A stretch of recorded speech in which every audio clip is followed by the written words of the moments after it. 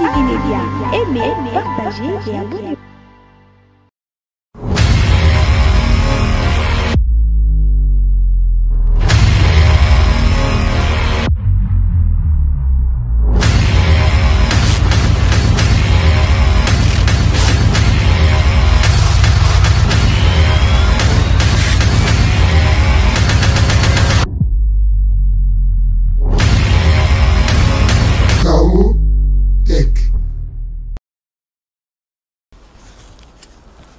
Bonjour, bonsoir, balan d'émission Chaotech est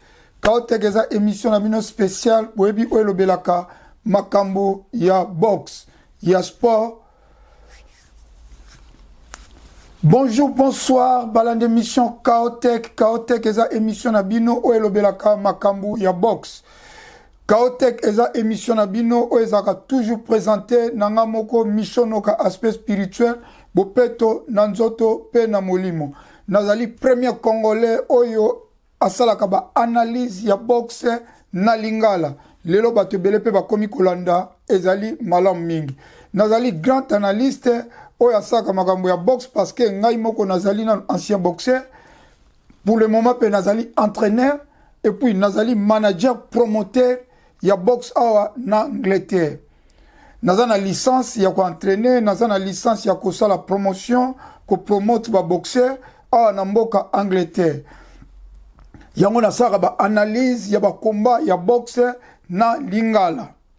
Chaotech ezali émission na bino elekaka na YouTube na bino ASTV Media.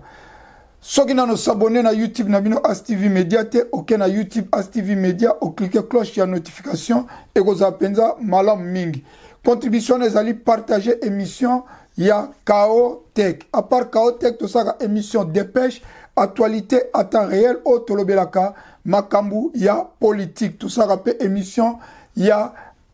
appel antenne libre donc mutakoyi ko benga ko pesa ba opinion na makambu elekaka na mboka na biso na Chaotech lelo toza kolobela combat ya Martin Bakole, précisément tozo bela combat ya Martin Bakole po esali polémique mingi na toile ya internet na milieu ba congolais na milieu ba étranger ba mouré ya boxe. Polémique ezali makasi ngaki attaque expert ya box yango na epe ko sala analyse na ngai pe na ko tshela bino quelques vidéos ya bande ko mususu na zwaki na TikTok ba mekipe ko sala ba analyse na bango ba sala pe ya box to landa bango. Alors na Chaotech lelo to kolobela kaka ndena lobi Martin Bakole na Adjaba Efe ba balanda ngai avant combat to lobela ki Martin Bakole na Adjaba Efe na expliquer ki neni Martin Bakole akoyi ko gagner combat. Na pesa ki ba avantage belé et pas ya Martin Bakole parce que na ndenge Martin Bakole emo mi kumisaka na ndenga beta batu na ba sparring bato balanda biso video ezali bokomona ndenge na kumisaki ke Martin Bakole ako gagner Adjaba Efe azana chance te tour azu penza timing ya ko se préparer. Yango na lobaki tokozonga lisusu. Après combat, to sala analyse. Mais ndenge to sala ki pronostic na biso et salami bongote. Yango to ko sala analyse na si batu nyonso balanda ki combat pe leka ki direct na chaîne na biso to lekisa ki on a système ya podcast. Soki combat boxe zo leka munene ya ba grand combat okoyi ko landa na YouTube na biso mais na système ya podcast. Podcast la nini toza ko interpréter biso tozo landa combat mais bino bozo landa combat lokola radio. Émission lelo spéciale, il faut na bando expliquer batu ko pesa cours ya box. Yango na ena biki pour lelo na ko pesa cours ya box. Na makambeleki na combat ya Martin Bakole. Lelo na ko pesa cours ya box. Na ngina expliquer batu cours ya box parce que il faut batu ba ko comprendre cours ya box. Batu balandaka nga na sina expliquer ba sentir. Na sina expliquer ba sentir na répéter. Ba ceinture reconnu na makamba box ezali 4 ceintures. O eza reconnu. Toza na WBC o bobenga WC, toza na IBF o bobenga IBF, toza na WBO o bobenga WO et puis toza na WBA o bobenga WA. Wana eza ba 4 ceintures officielles reconnues na monde ya box. Toza na ceinture mo babenga IBO. Eza IBO. ceinture wana jusqu'à présent ba boxeur balata yango mais eza pendana nous reconnaître eza organisation bimasika mais bazo tchela bakal aza reconnaître mais ba boxeur balata yango ka comme nango IBO na français IBO toza na ceinture o babengaka Ring Magazine. Ring Magazine bapesa yango na mutu oyo abimi champion de champion beti ba champion donc au beti ba champion donc au beti champion nde bapesi au Ring Magazine ceinture ya Ring Magazine mais lelo ceinture yango pende ya Ring Magazine neno aloba boye depuis Tarki Alarchi asomba ceinture wana asomba magazine wana akomi ne kopesa batu ba ceinture yango na des autres mais avant ceinture wana bazali kopesa soki obeti champion okobeti suba champion mususu to ba ancien champion nde bapesi au Ring Magazine et bakisami ba ceinture komi lokola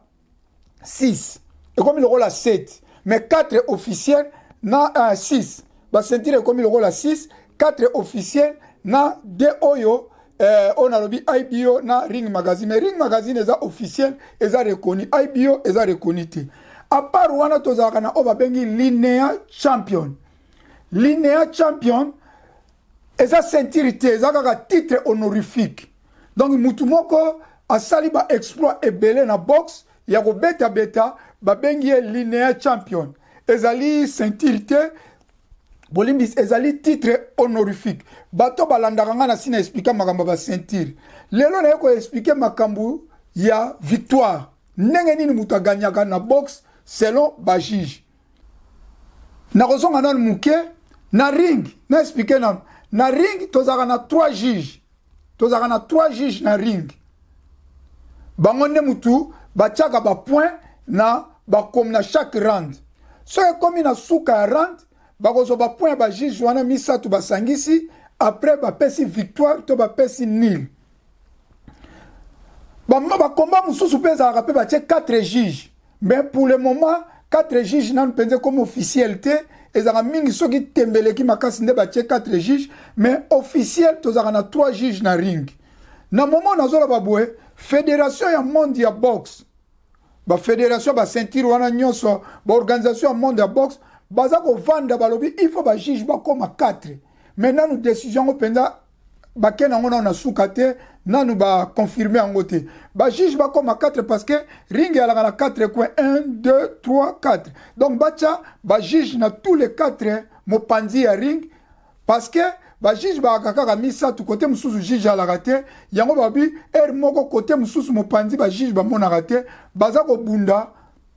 ba komisa ba juge 4 mais pour le moment je suis en train de parler de 3 juges pour le moment ba juge ba misatu n'était pas à combat ba kole ba juge bazalaki misatu na ba juge misatu soki ba juge nyoso misatu ba pesi yo victoire ko banda premier round tina suka ya round babengi yango décision unanime oto bengi en anglais unanimous decision donc elle a dit que au gagner ba round nyonso ba juge nyonso ba pesi yo victoire soko yoki balobi décision majoritaire elingi koloba des juges ba pesi yo au gagné des juges bapesi yo au gagné juge moko apesi nil na bandeli soko ki balobi décision majoritaire ba juge baza misatu elakisi ke des juges bapesi au gagné juge moko apesi au poli yangwana juge moko apesi au poli des juges bapesi au gagné sikoyo na suka ya combat au gagné na décision majoritaire soko yo ki décision partagée auto bengi en anglais split decision et la dit que split decision et la dit que ba juge misatu mi balé ba pesi au gagné moko apesi adversaire na au gagné yango ba bengi yango décision partagée na éviter ceux qui tozo comprendre na kozonga yango sous bref décision unanime ou unanimous decision et la dit que ba juge nyonso misatu ba pesi boxeur moko a gagné décision majoritaire et la dit que des juges ba pesi boxeur moko a gagné juge moko a pesi nil décision partagé. Autre bengi en anglais, split decision. Et là, qu'est-ce que deux juges. Bapesi boxeur moko a gagné.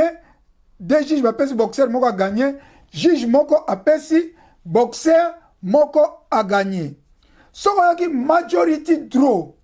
Majority draw. Donc nil majorité. Nil majorité o yango ekomeli babakole elingo laksake deux juges bapesi bango nil juge moko apesi moko a gagné. Donc la décision ya bakole etant babengi majorité draw. Donc majority draw en anglais, en français nil majoritaire. Majority draw en anglais, en français to bengi yango nil majoritaire. O bapesi babakole laksike deux juges bapesi bakole na ajaba efe ba point ndenge moko juge moko apesi ajaba efe a gagné. Elingo laksani ni na combat na bakola zaki na chance que azwa majority draw. Na ko expliquer ngona kati. Na ngaki na expliquer bino bo comprendre nanu box ezana nu ndenge nini. Na expliquer bino ba sentir, si on expliquer bino ndenge ba juge ba salaka. Tozonga na combat ya bakole. O babundaki na ajaba efe nazalaki sirke bakola ko gagner batu balandanga la bakola ko gagner na chaos selon point na ye touro soka s'entraîner dire ajaba efe ko résister parce que ajaba efe ponanga bundi ba combat pende ya expérience ya batu kombote bakole pe abundi pende expérience ya batu kombote mais avantage ya bakole asali ba sparring na batu kombo ba Joshua ba Dionte Walda ba Dibois ba Uzik batu plein ba boxer yango na aki sirke na ndenge moko pe bakole amikumisaka trop na zaki sirke bakola ko beta jabe fe avant combat alobaki jabe fe aza bébé bato balandaki ngai na monsieur Leki na chaki ba interview yango tangu combat eza ko bunda ngai pe na koma ko sala score na ngai lokola juge nga pe na zalaka so combien bundi premier round nazo pesa ba point na nga 19 nalingaka na yeba na otala combat na yeba pe oyanga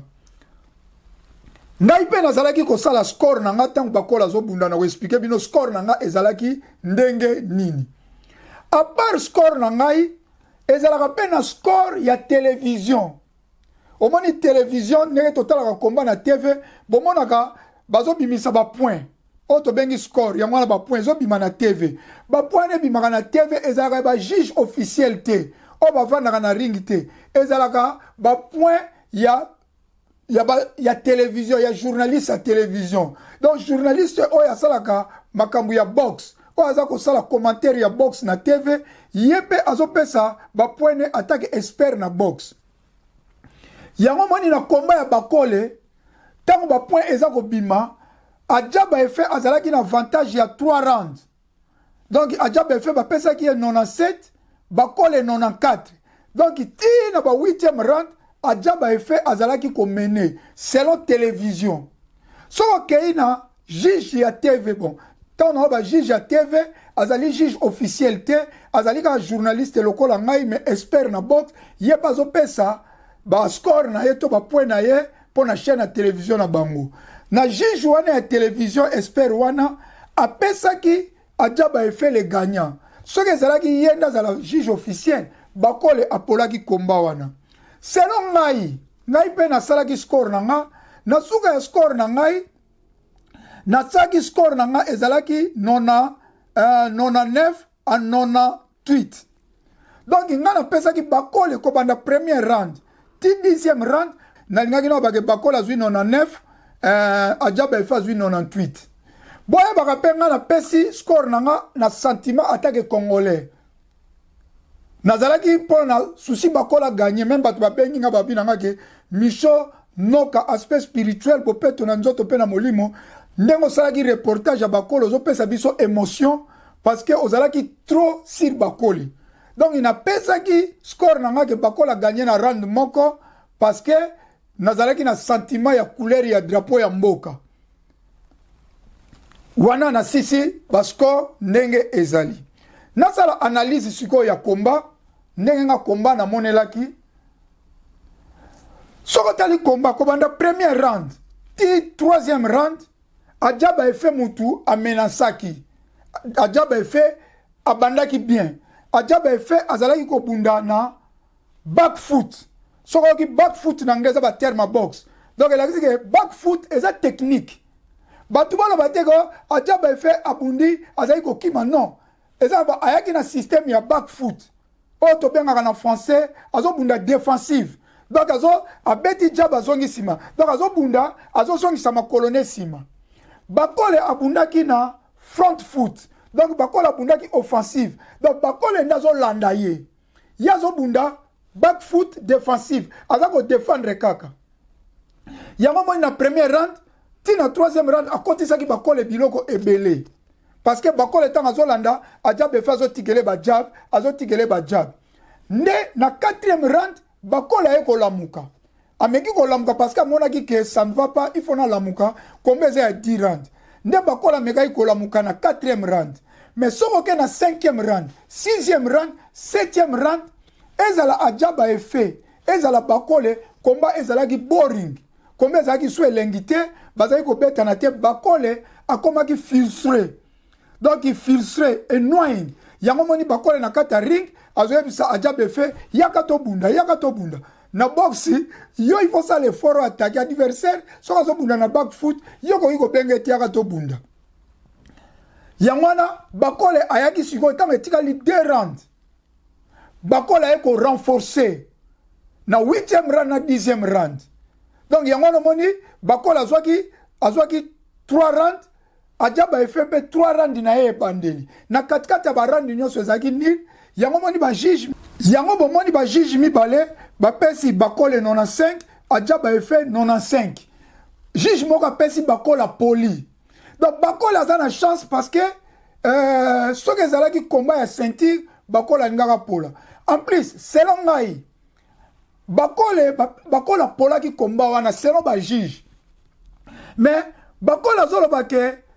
azosala ba déclaration mais nakoyebisa bino ke na combat wana mutu basali kanai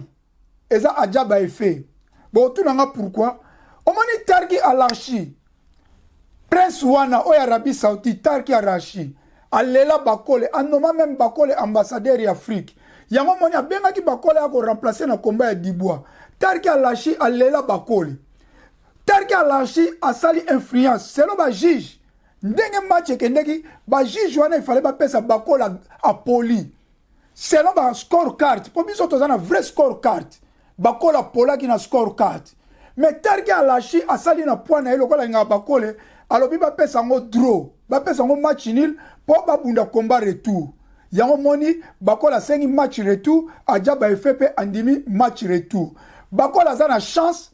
que combat neza eke nil mais na ndenge batu bayebelaki kombo ya bakole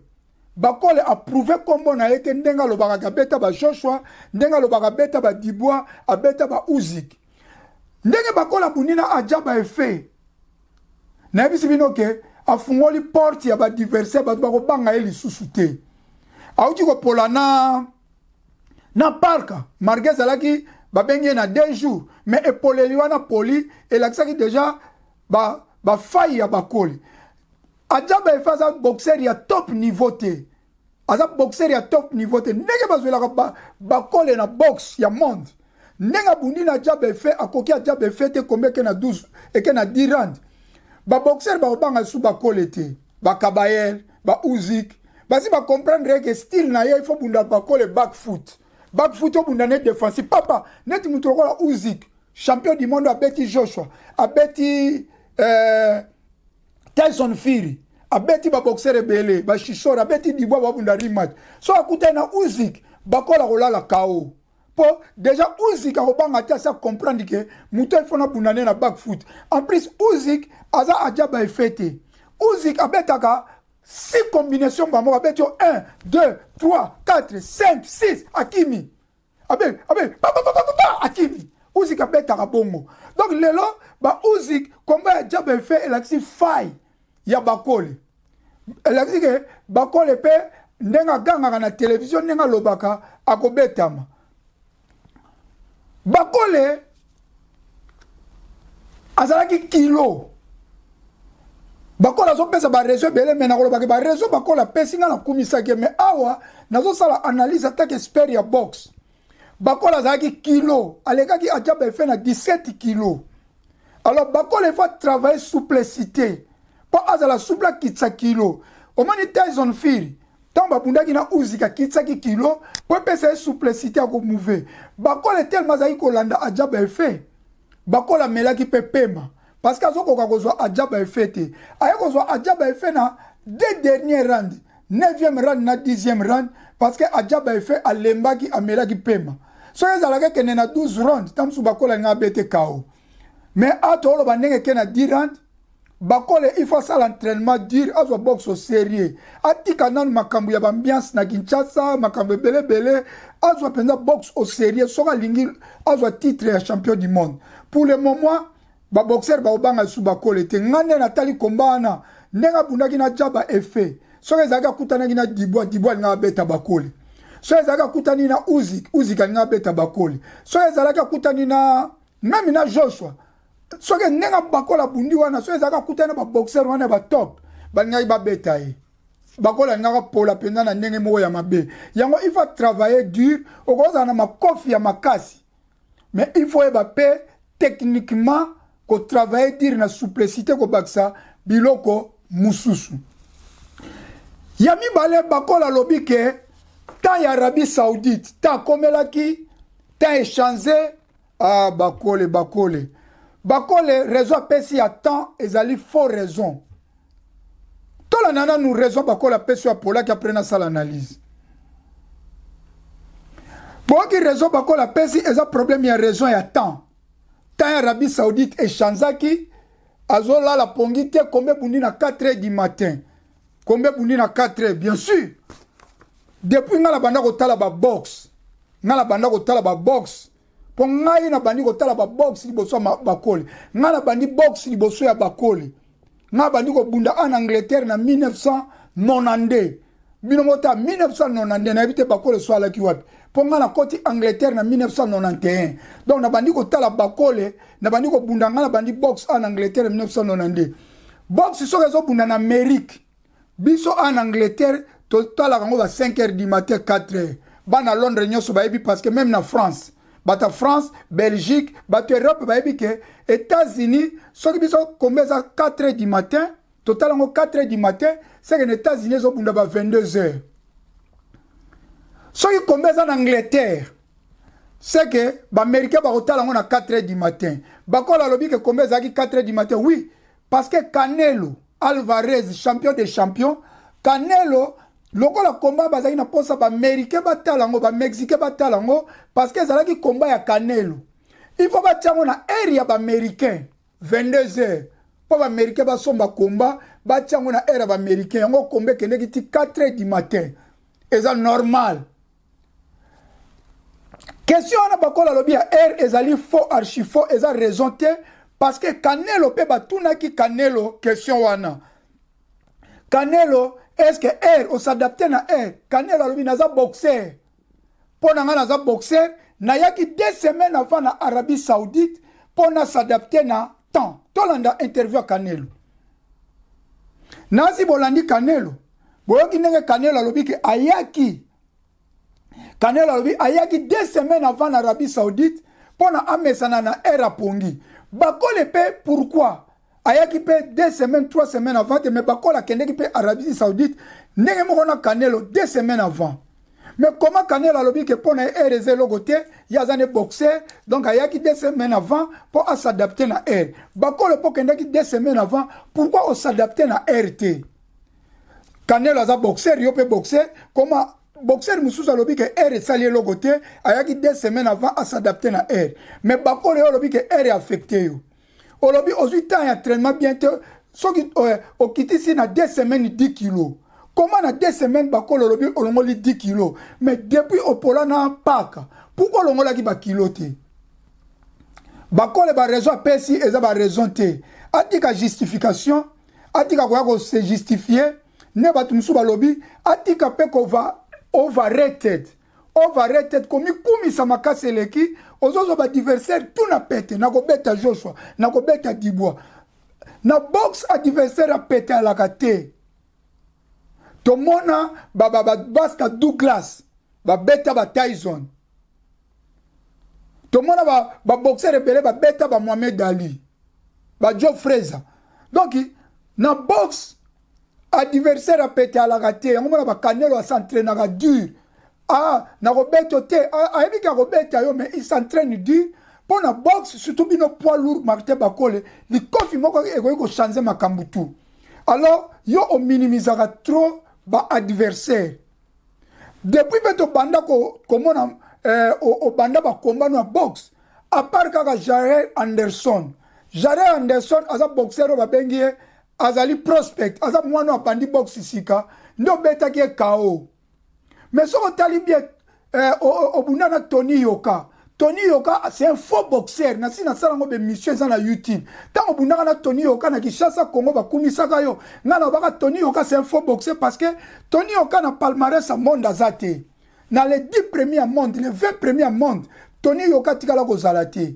Ba français de ba tombola ye. Yanga bundaka na Zenith. Yo so mona Tony Yoka bundi na Amérique. Yo so mona Tony Yoka bundi na Angleterre. Abundaka na Zenith, faux boxeur. Oyeko bundana Takam aza vétéran. So ki na tali na parcours a Bakole, nanu Bakola beti solide boxeur te. Lokola ba Dibois, lokola ba Joshua, lokola ba Tyson Fury, lokola Bakole nana beti penda to mona kake, azo bundana boxeur moko ya top, ya range, Bakola enchaîné nanu to mona te.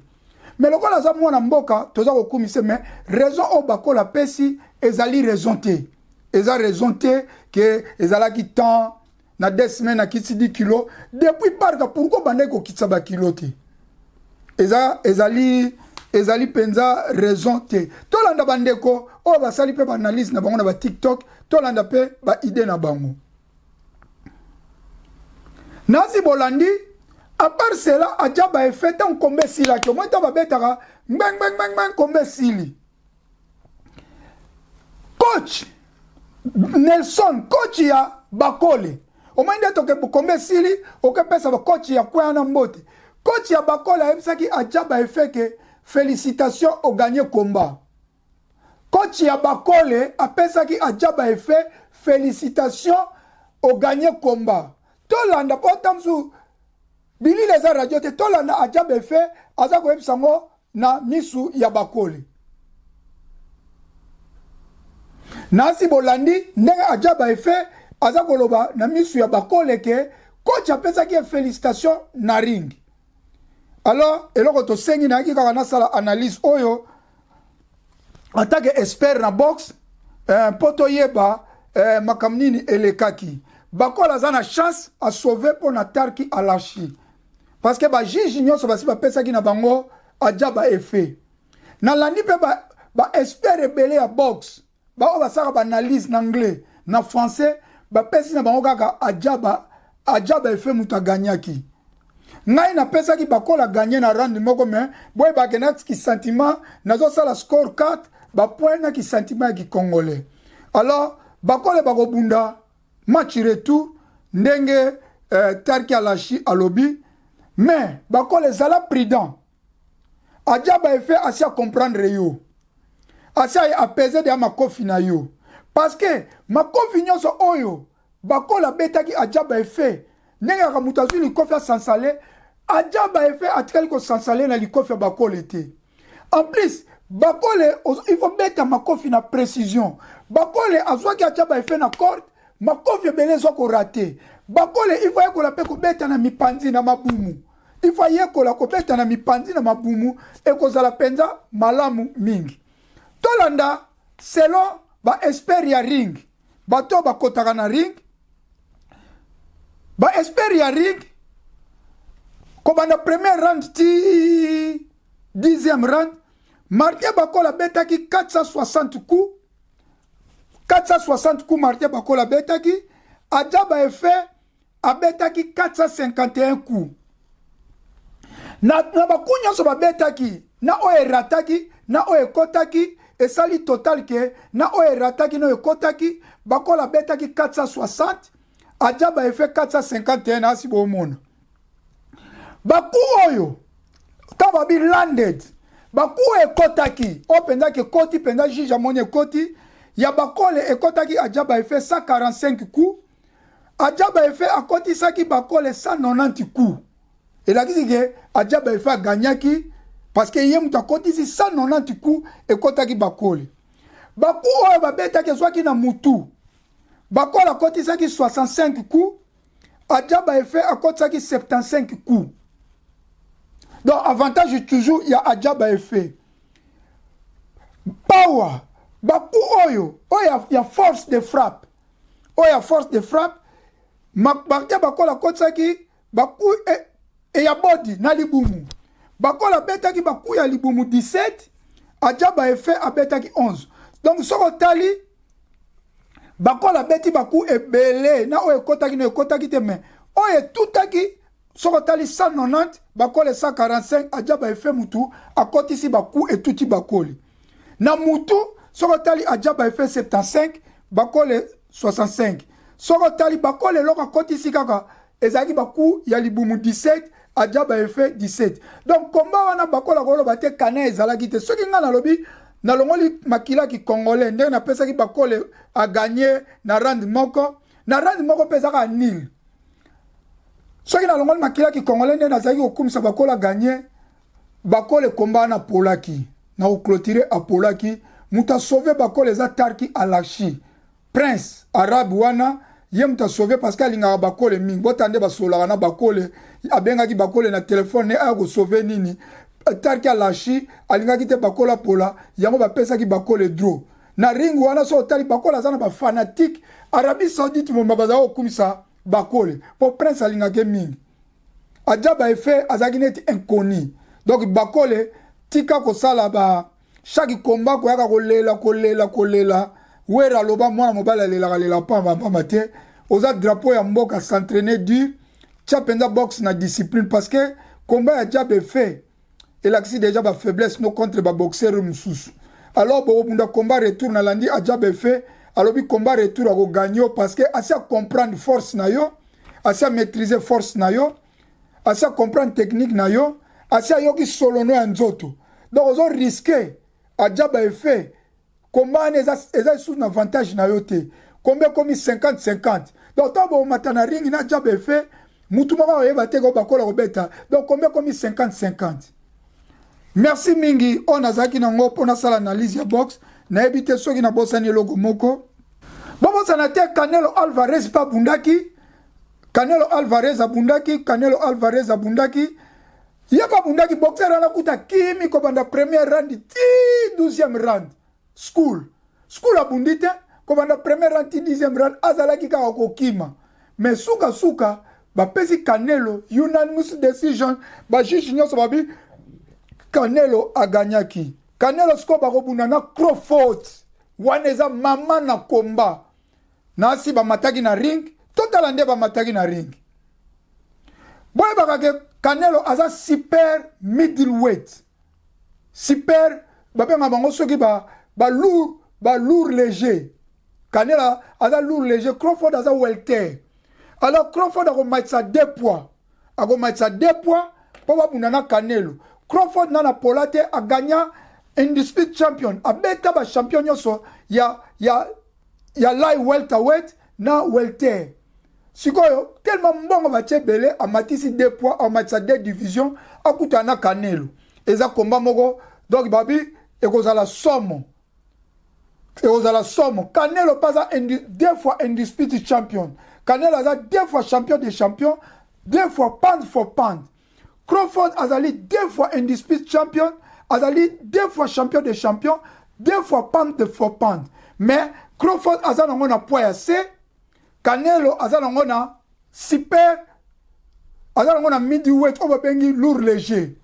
Crawford aza nango na welter 2 fois champion des champions mais akomatisa kilo bakokutana botala face off na bango na ring ekozala somo na septembre eza mama na combat bozala toujours branché na kosala analyse tant bulletin pe komonana eza combat oyo eza Crawford Canelo boyebi aza très dangereux Crawford aza très dangereux Marga matisi poids mais eza un avantage ya Canelo po poids wana eza division ya Canelo o Canelo a maîtrisaka Crawford na matisi tokotala o Crawford akosala tokosala ba analyse nango tangu komba ekobunda pona lelo ngana bino tosuki awa ezalaki wa bino mishonoka aspect spirituel bopeto na nzoto pe na molimo soki nano s'abonner na page na biso te cliquez cloche ya notification s'abonner na page na biso partager émission ekozala malamu mingi Kao Tech na bosani te na pesi petit papo na Orléans petit papo oyo alandanga mingi petit papo ya yo basalamu yango wana en tout cas nasi tosololaki na yo mpo na komba ya bakole tokozonga kosala baanalyse komba ya makasi lisusu ezali Dibwa akobunda na Uzik ezali lisusu mama na komba na juillet le 19 juillet ezali komba ya undisputed champion basentire nyonso ezali en jeu Uzik akoya na 3 ceintures Dibwa akoya na ceinture moko tokosala baanalyse soki nakozala na Kinshasa te nakozala na Londres mpo na juillet nazoya vacances na Kinshasa soki nakozala na Kinshasa te na juillet seke nakozala na Wembley Stadium kosala reportage ya komba ya Tyson Fury ya komba ya Uzik na Daniel Diwa pona lelo tosuki soki na s'abonner na page na biso te s'abonner partager émission ekosala penza malamu mingi pona lelo ngana bino tosuki awa wabino ndeko mishonoka aspect spirituel bopeto na nzoto pe na molimo Kao Tech Pouf Congo Baseleki Congo Baseleki Peuple azali kolela Baseleki likola ba politicien ya moyibi Baseleki likola ba politicien ya kanyaka Baseleki likolo nyonso koyoka masakre na Beni Ituri minembwe kokende mikolo nyonso koyoka bayibi ba million na mboka banzela ezate dele sage maya mikoba peuple azali kolela Baseleki Active Media, aimez, partagez et abonnez-vous.